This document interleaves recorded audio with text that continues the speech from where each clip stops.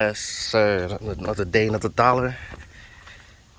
Back at it again with another video. I'm working on my eclipse. I was about to go and play some ball the other day, and I made a left turn, and my axle broke. But it was already broken. I should have replaced it a long time ago. But yeah, so I'm gonna show you guys how to replace the axle the easy way.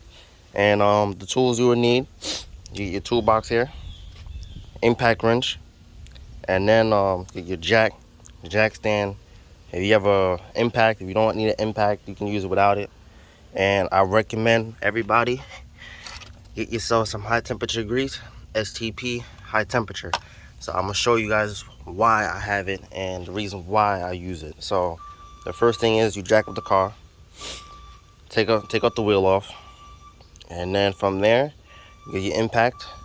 For mine is a 32 socket, and then you will just put it over, take the axle nut off, and then you had to take off the two bolts to the shock, and then you have to turn the wheel all the way to the right, and then from there you get your axle out. I'm gonna show you guys. Right. So after, when you take off your axle nut off, now the first thing you want to do is you want to turn this wheel all the way to the right, so you can have room, so you can take off the axle. Well, you can take off the axle nut, but the shock bolts, the struts bolts, you can call it, not axle. And then from there you can pull it and it'll come out. That's with a high temperature grease. But I'm gonna explain that in a bit. All right, so after you turn the wheel all the way to the right, now you're gonna take off this bolt right here, and that's a 12 mil, I believe. Yeah, that's a 12 mil right here. And after you take that off, then you gotta take off this right here, this nut. And you can use a 24 socket. If you don't have a 24 socket, you can use a 15/16 socket. And again, you can use the impact. If you don't have an impact, you get electric wrench or just a regular wrench with a cheater bar over it. Crack that shit loose, and then you're all good. I got the bolt loose. You put it back in the spot so you don't lose it. Now you take your impact, and then you're gonna be taking this nut off to the shock. So just know, when you take this off, the whole entire thing is gonna drop. So you get your jack here. The jack is not holding against the car. That's where you have to have the support. And then from there, you put it under the little control arm. Put it underneath the little control arm. And then you kind of support it. So when you do take off the bolt and the nut, it won't just drop down, and you can slowly drop it down properly. I'll show you guys my mess ups. So you would need a 24 or a 15/16 long socket, like big socket, because it's not gonna fit. So all right, so after, when you get your new socket on there, a 24 deep socket, then you get your impact and break it loose. And the same thing at the bottom. All right, and then from there you take it off. So just make sure your jack stand is supported under the lower control arm, and then you can take off your last nut. In my case, I'm just gonna hit it with the other nut, other bolt, and then I just take this off. Now, after you wiggle the outer part out of the shock, now you just have to pull on the inside. So I got the axle out. This is where the high temperature grease comes from. So pretty much, right, when you get your new axle, right, you're gonna get high temperature grease, and you're gonna put them all in these splines right here. So when you have to take them out, it won't be like corroded and rusted on like some cars be on, and you had to hammer the hell out of those things off. So sometimes it'll be so easy to pull off. You would just really just get a strong grip right here and just pull, and it will just pop out. This time I had to use a flathead, just a little tap of the hammer, probably like 1 or 2 taps, and then the lid just came out. So that's something that I recommend you guys to do, and for every single axle replacement. Right. I'm back. Just got it back from the AutoZone. So I got the new axle here. So, and this is the point of what I'm gonna do with the high temperature grease.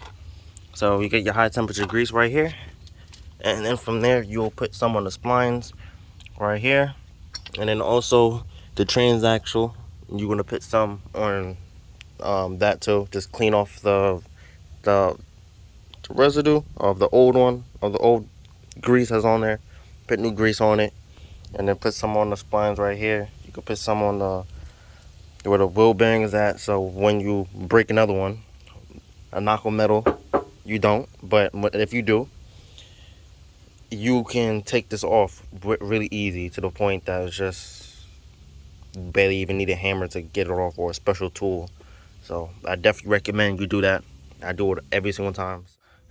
Yeah, this one was a little bit pain in the ass to go and put this axle in, but I'll show you guys what I had to do. I took the axle nut, I flipped it around like this, and then I put it on the threads. Yeah, I put it on the threads all the way. Kind of show you how it was like. Close. So I had it like that, and I took the hammer and I just hammered it on. But I didn't have it inside obviously the wheel bearing. I had it on the side, and then I hit it until it was back. The back end was kind of seated. That's where the high temperature grease comes in, because it makes it a little bit easy. And when when you having it right now, it's brand new, so when it's wearing down, and obviously you need to change it, it'll be so easy to take that off. So now what I have to do is flip this back around the other side. Oh, I dropped it. Just hand tighten it for now. Yeah, hand tighten it for now, because you will need to torque this. I forgot the torque specs, but I had to look it up online, but I think it's like 100 or 110. Maybe I had to just double check. But now what I had to do is jack it up from the lower control arm, and get the shock back in, and get the bolts back in, and then from there tighten it all up, and I'll tell you the next step.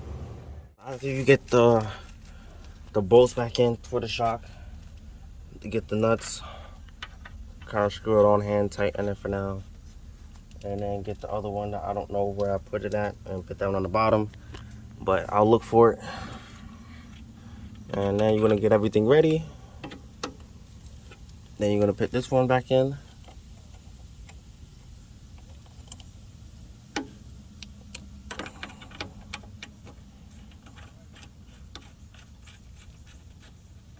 So after when you tighten up all the bolts, I tighten up the shock bolts, and then I tighten up the brake line bolt right here that goes on the shock.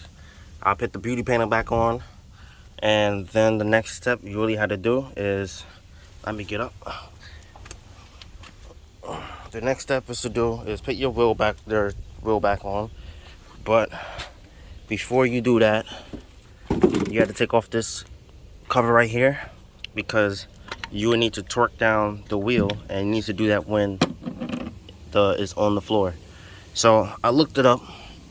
It's about like 133 foot-pounds. Right, so I got the wheel back on. So all I had to do is lower the car, get the car off the jack stands. And before you do that, if you ever break your axle, make sure you rotate your wheel so you know the other side is moving. So I'll show you guys this other wheel right there, and you see the other side, it is moving. So that means it's a fix and everything is good. So I got the car on the floor. I got my torque wrench right there. So the first thing I'm gonna do is torque down the wheels to 85 foot-pounds. Then from there I'm gonna torque down the axle nut to 133 foot-pounds. And then when you just torque down the wheels, now what you do is you want to get a 15/16. No, not 15/16. My bad. 32 socket. You're gonna get a 32 socket. Get that over that. Then get your torque wrench and torque it to 133 foot-pounds of torque. So after we get torque down the wheels, the axle nut to 133 foot-pounds of torque, then you should be good. And now you take your little center cap here back and you will place it back. There we go. And now, sir, or girl or ma'am, whoever you are working on this car, you officially did an axle. So I'm gonna clean up my tools, but other than that, just like and subscribe. Definitely hit the bell notifications to see any future